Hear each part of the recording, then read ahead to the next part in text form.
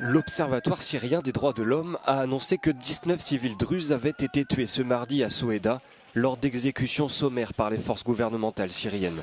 En 48 heures, ce sont 135 personnes qui ont été tuées selon l'ONG.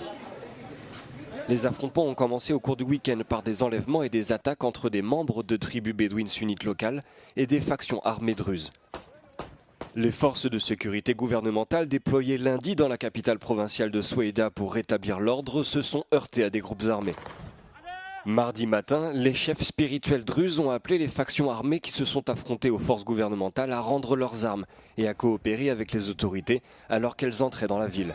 Un cessez-le-feu rapidement confirmé par le ministre syrien de la Défense.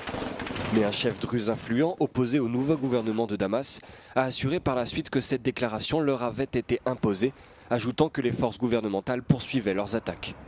Pendant ce temps, Israël, le pays voisin, a lancé de nouvelles frappes dans la région. Le Premier ministre israélien Benjamin Netanyahou et son ministre de la Défense Israël Katz ont déclaré que cette offensive visait à protéger la minorité druze, considérée comme loyale en Israël. Mais si de nombreux Druzes de Syrie ont déclaré ne pas vouloir qu'Israël intervienne en leur nom, des factions de la minorité se sont montrées méfiantes à l'égard des nouvelles autorités de Damas.